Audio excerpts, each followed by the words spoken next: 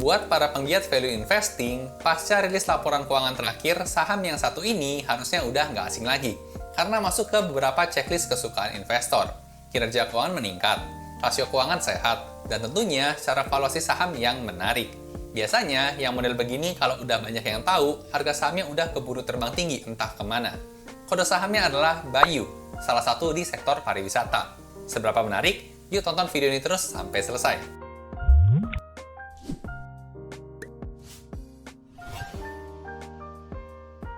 Halo dan selamat datang kembali channel saya, Jonathan Tamrin. Buat teman-teman yang baru pertama kali nonton, di channel ini saya sharing hal-hal seputar saham dari sudut pandang fundamental. Ada analisa saham, ada mindset investasi, dan ada update berita terkini.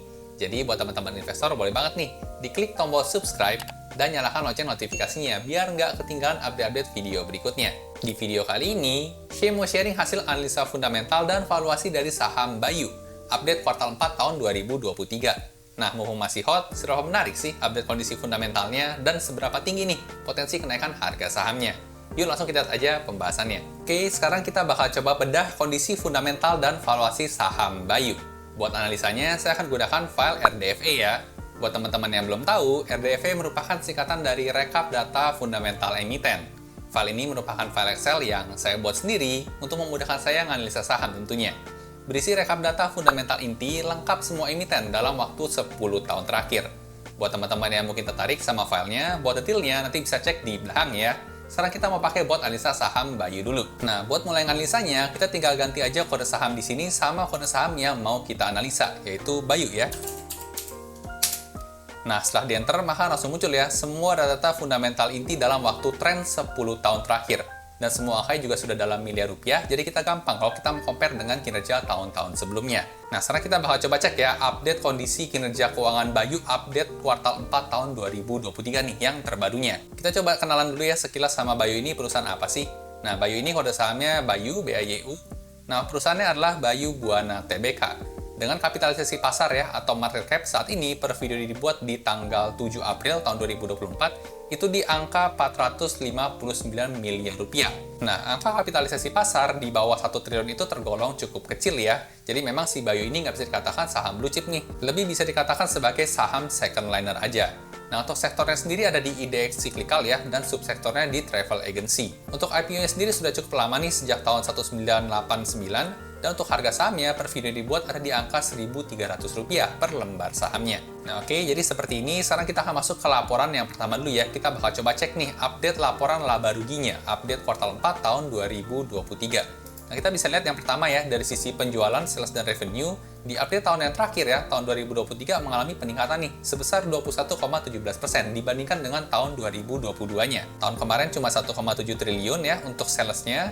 Tahun ini mencapai 2,1 triliun rupiah. Nah, sekilas di sini kita bisa lihat ya, kalau kita dibandingkan tahun 2020 atau tahun 2021 ya, waktu itu ada pandemi COVID, perusahaan-perusahaan seperti Bayu ini ya, yang di sektor pariwisata memang terpukul cukup parah. Dan kalau kita lihat di sini ya, secara grafiknya sudah mulai recover lagi ya, meskipun memang masih belum sebaik kondisi sebelum pandemi nih, sempat mencapai 2,4 triliun rupiah untuk penjualan di tahun 2019 lalu. Nah, gara-gara pandemi COVID ini juga jadi CAGR-nya agak kecil ya, cuman 3,17% aja. Nah, angka 3,17% ini artinya kalau kita rata-ratakan pertumbuhan sales perusahaan selama 10 tahun terakhir ya naiknya cuma 3,17%. Dari 1,6 triliun jadi 2,1 triliun, naik 3% setiap tahunnya selama 10 tahun terakhir. Memang jadi bacanya tergolong cukup kecil ya, karena ada pandemi tadi ya di tahun 2020 dan tahun 2021. Tapi bagusnya, setahun terakhir sendiri sudah naik 21% nih dibandingkan dengan tahun sebelumnya. Apalagi kalau kita lihat media ya, berita atau bahkan teman-teman sendiri pasca pandemi ini mulai banyak lagi nih yang aktif bertraveling. Yang tentunya juga dikarenakan adanya pent-up demand ya, saat pandemi orang-orang nggak bisa traveling, jadi semuanya tercurahkan pada saat pasca pandemi. Yang mengakibatkan prospek dari sektor pariwisata jadi cukup menarik nih buat tahun-tahun ke depannya. Oke, jadi itu ya, dari sisi penjualan cukup menarik nih karena naik 2 digit sampai bahkan 20% lebih.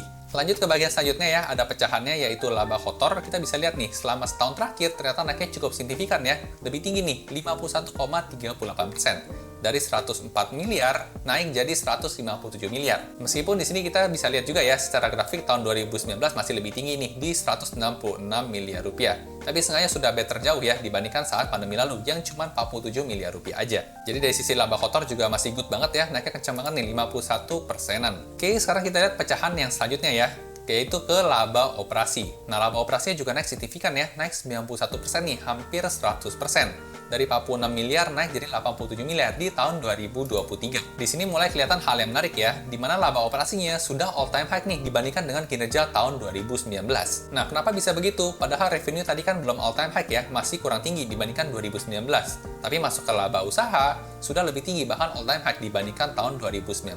Nah, ini artinya perusahaan sukses ya melakukan efisiensi biaya. Sehingga meskipun revenue perusahaan masih belum all time high, tapi karena efisiensi yang cukup oke, dari segi laba usaha sudah membukukan all time high-nya nih. Bahkan di sini CAGR juga sudah double digit ya, di 15 hampir 16% selama 10 tahun terakhir. Nah, sampai sini kita udah lihat ya, untuk update kuartal 4 makin menarik nih untuk saham Bayu ini. Sekarang kita akan lihat ke indikator yang paling dilirik oleh investor nih, yaitu laba bersihnya.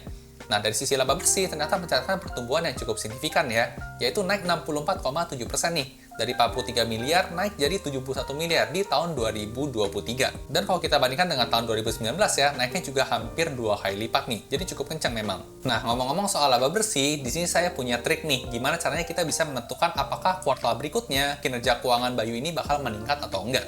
Nah, triknya adalah kita bisa lihat ke laporan keuangan perusahaan ya, kita baca ke akun uang muka pembayaran dari konsumen.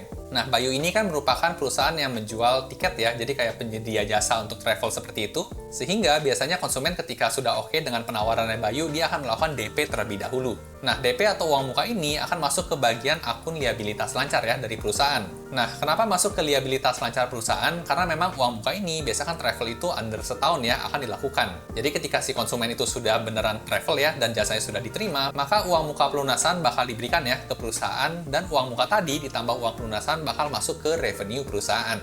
Nah, di sini saya coba tampilkan ya, untuk update kuartal 4 tahun 2023, bagian uang muka dari konsumen. Kita bisa lihat ada peningkatan nih, dibandingkan dengan tahun 2022-nya. Nah, menurut saya sih data ini bisa jadi hint ya, untuk kinerja tahun 2024 harusnya bisa lebih better nih dibandingkan tahun 2023, terlihat dari komposisi uang mukanya. Oke, lanjut dari sisi laba bersih masih menarik, kita akan lanjut ke bagian beban bunga atau keuangan ya.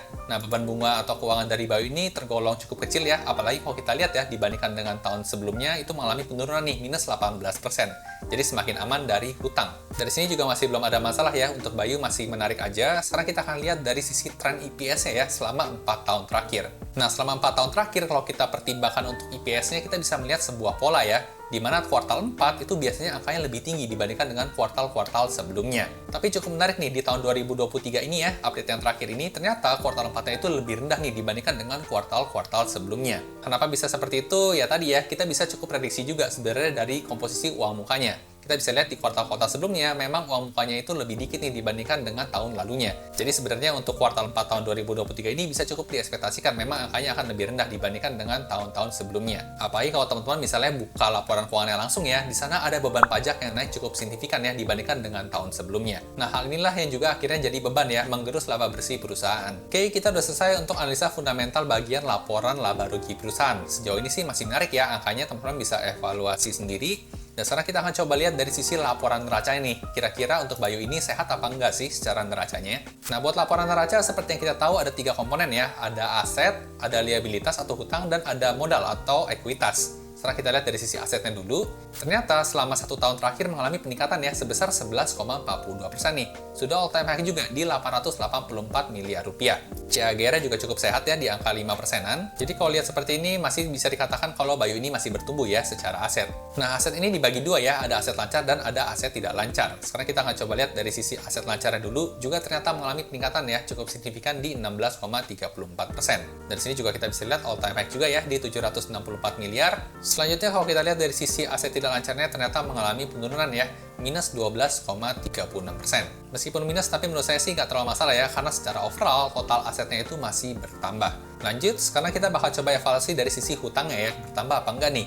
Dan ternyata untuk Bayu di tahun terakhir mengalami penambahan hutang ya, naik 14,51%. Cukup kenceng juga nih, dari 377 naik ke 432 miliar. Nah, peningkatan hutang ini mungkin bisa jadi pertimbangan ya buat kita sebagai investor. Tapi kita coba ingetin dulu ya, angkanya 432 miliar. Nanti kita bandingin sama modalnya ada berapa. Lanjut untuk hutang ada pecahannya ya, ada hutang jangka pendek mengalami peningkatan 14,85%. Dan untuk hutang jangka panjangnya mengalami peningkatan juga nih 8,70%, meskipun masih belum all time high ya dibandingkan dengan tahun 2018 nih di 32.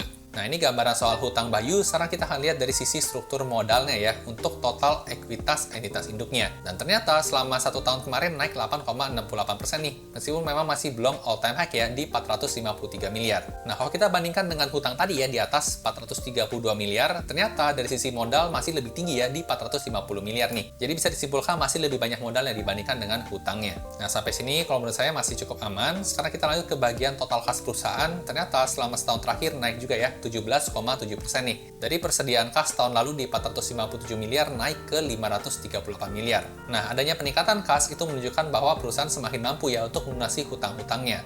Apalagi di sini total kasnya 538 miliar ya, lebih gede dibandingkan dengan total hutangnya yang cuma 400-an miliar aja. Oke, jadi sampai sejauh ini masih cukup menarik. Sekarang kita akan lihat dari sisi total piutang lancarnya nih. Nah, untuk piutang juga masih bagus ya, mengalami peningkatan juga nih, 13,12%. Meskipun memang masih belum all time high, tapi trennya sudah menunjukkan penaikan kinerja. Nah, angka piutang lancar ini biasanya punya korelasi yang positif ya sama total penjualan. Semakin tinggi piutang lancar, semakin tinggi penjualannya juga. Nah, di sini kita bisa lihat masih bagus ya, trennya naik. Semoga nanti di tahun 2024 angkanya bisa lebih tinggi atau all time high ya dibandingkan dengan tahun 2019. Karena selisihnya cuma dikit nih, dari 196 ke 211. Lanjut ke bagian persediaan ya. Untuk Bayu sendiri, mereka tidak punya persediaan karena memang dari segi modal bisnisnya itu kan mereka jualan tiket dan jasa agensi ya, atau tur ke luar negeri. Jadi memang dari sisi barang yang dijadikan persediaan itu tidak ada. Nah, selanjutnya kita akan coba lihat dari sisi tren ya untuk nilai buku per lembar saham atau book value per share. Nah, selama 10 tahun terakhir juga mengalami peningkatan ya di 8,68%. Oke, sampai sini masih bagus. Kita akan lihat selanjutnya ke poin dividen nih. Nah, ternyata Bayu itu mulai rutin bagi dividen baru beberapa tahun terakhir ya. Untuk tutup buku tahun 2013 sampai tahun 2018 ternyata tidak membagikan dividen nih. Tapi sudah 4 tahun terakhir rajin membagikan dividen. Cuman memang kita bisa lihat trennya ya, angkanya cuma di kisaran Rp50 per lembar saham atau Rp25 aja. Nah, angka Rp25 ini ya saya tebak ya karena ada pandemi Covid ya, penjualan tidak terlalu maksimal sehingga cuma bisa bagi dividen dikit. Tapi ketika sudah kembali berbalik positif ya, angkanya balik lagi nih ke Rp50. Nah, dari data seperti ini sebenarnya kita juga bisa expect ya untuk tahun 2024 ya mungkin dividennya nanti juga cuma Rp50. Bagus-bagus kok bisa lebih tinggi sedikit. Nah, oke, ini sekilas kondisi neraca Bayu ya, tergolong cukup sehat sih menurut saya karena asetnya masih bertambah, hutangnya pun masih lebih rendah dibandingkan dengan modal dan bahkan uang kasnya mereka sendiri. Nah, sekarang kita akan lanjut ke analisa selanjutnya yaitu laporan arus kas perusahaan nih. Sehat apa enggak buat Bayu di update kuartal 4 tahun 2023. Nah, buat laporan arus kas ada 3 komponen ya. Ada arus kas dari aktivitas operasi ya, cash flow from operation CFO. Yang kedua ada arus kas dari aktivitas investasi, cash flow from investment.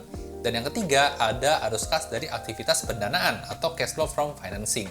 Sekarang kita lihat dari sisi yang pertama dulu ya, yaitu CFO-nya. Nah, kita bisa lihat ya, selama tren 10 tahun terakhir, angkanya ada positif, ada negatif nih. Dan untuk tahun 2023 terakhir, ini angkanya positif dan cukup tinggi ya, di 89 miliar, yaitu all-time high dibandingkan dengan 10 tahun terakhirnya. Nah, angka yang positif pada arus kas operasi merupakan hal yang bagus ya, karena kalau angkanya positif, itu menunjukkan ada duit lebih banyak masuk nih, dibandingkan yang keluar dari perusahaan di tahun tersebut. Kita sebagai pemilik bisnis, tentunya kita pengen perusahaan kita cuan ya, lebih banyak duit yang masuk dibandingkan yang keluar.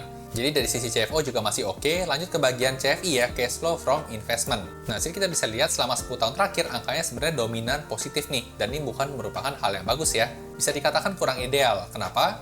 Karena kalau CFI ini kita harapannya angkanya negatif. Kalau angkanya negatif berarti ada duit lebih banyak keluar buat aktivitas investasi. Nah, seperti yang kita tahu ya, tujuan dari investasi itu kan baik, memberikan keuntungan buat perusahaan di masa depan.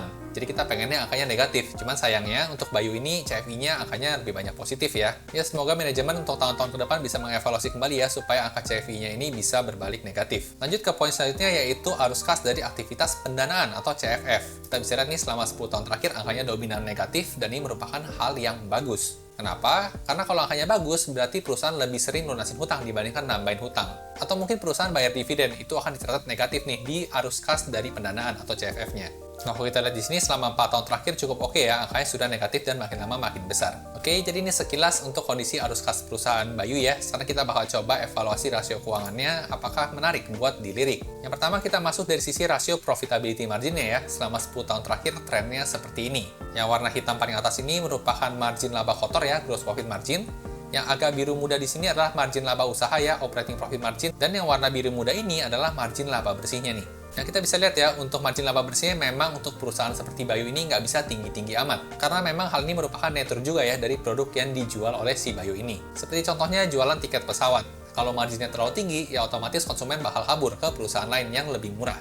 Nah, meskipun bisa dibilang kecil ya, tapi kalau kita lihat di tahun 2023 ini, angkanya ternyata all time high ya dibandingkan dengan tahun-tahun sebelumnya, yang bahkan cuma pernah 1% atau bahkan hampir 0% ya di sini. Nah, angka 0% ini ibarat kerja bakti ya, kerja sosial, jadi kerja nggak ada untungnya. Tapi bagus di sini selama 3 tahun terakhir kita lihat ada perbaikan.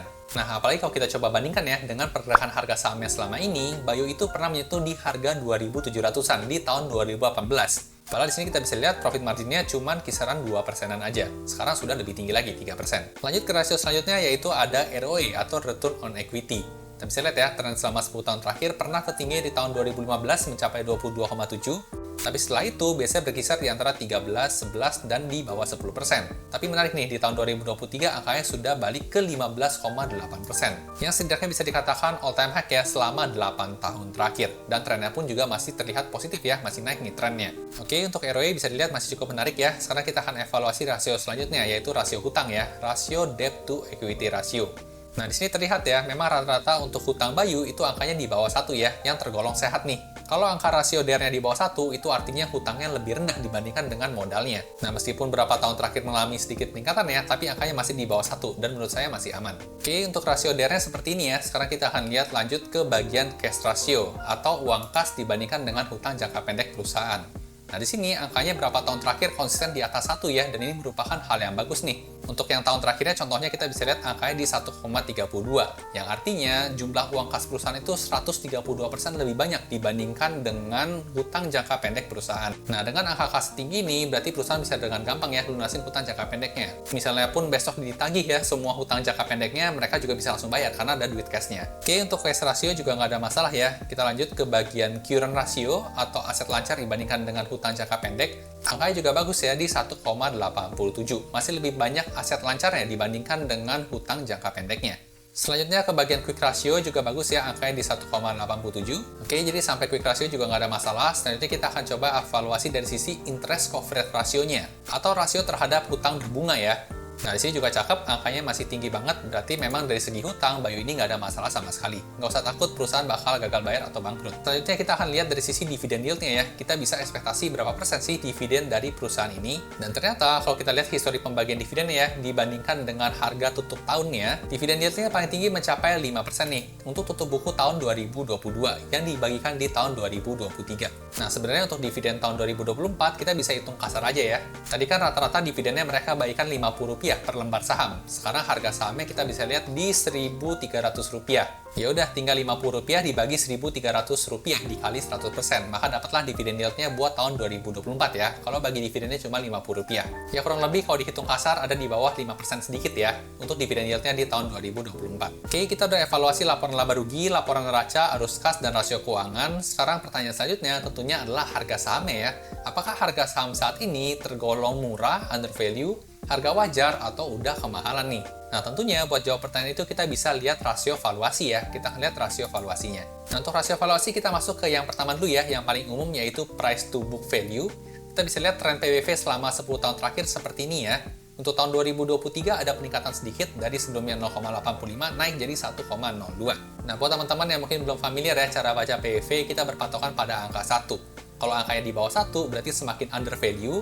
Kalau angkanya semakin di atas 1 berarti semakin overvalue ya. Itu adalah patokan hitung secara gampangnya. Nah, di sini saya ada dua strategi ya. Ada strategi average 5 tahunan terakhir dan ada strategi juga patokan umum ya di angka 1 tadi. Nah, kita bisa lihat ya selama 5 tahun terakhir ternyata average-nya di 0,94 nih. Dan angka sekarang ya di 1,02 ini ternyata lebih mahal nih dibandingkan dengan average 5 tahunannya. Lebih mahal sekitar 8,4%. Jadi kalau misalnya angka 1 ini ya balik ke 0,94 ada potensi penurunan nih minus 7%. Dengan average target harga jualnya di Rp1.199 ya, atau lebih rendah nih dibandingkan dengan 1.300 yang tergolong fair value. Untuk rasio PEV juga sama ya, kalau kita bandingkan dengan angka 1 dia punya potensi penurunan nih dengan target harga jual di 1.273 yang tergolong fair value. Loh, kalau begitu harga saham Bayu udah fair value dong, nggak layak buat dilirik lagi. Menurut saya sih belum tentu ya. Memang benar secara PBV dikatakan bahwa Bayu ini sekarang sudah fair value. Tapi rasio valuasi kan nggak cuma PBV ya. Jadi kita pakai rasio valuasi menyesuaikan dengan kondisi sahamnya juga. Nah, karena Bayu ini merupakan saham yang masih tergolong kecil ya, market cap-nya masih di bawah 1 triliun dan punya growth yang cukup tinggi. Tadi net profit-nya kita bisa lihat ya mencapai growth 60%. Jadi buat Bayu ini, menurut saya akan lebih cocok pakai rasio PI ratio nih dibandingkan pakai rasio PBV. Nah, sekarang kita akan coba lihat ya, gimana dengan rasio PI ratio mengatakan saham Bayu ini.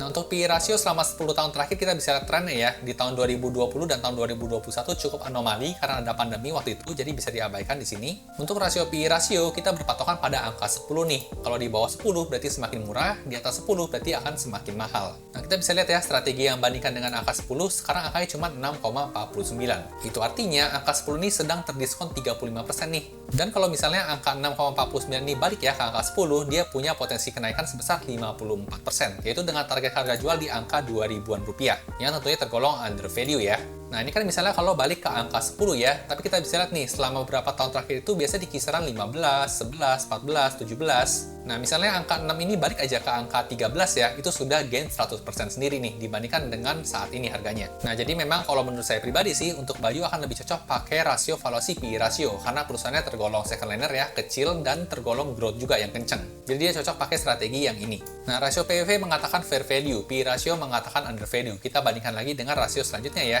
Ada rasio namanya PEG atau Price to Earning Growth Ratio. Nah, dari PEG juga sama ya. Sekarang angkanya di 0,94, patokannya di angka 1 nih.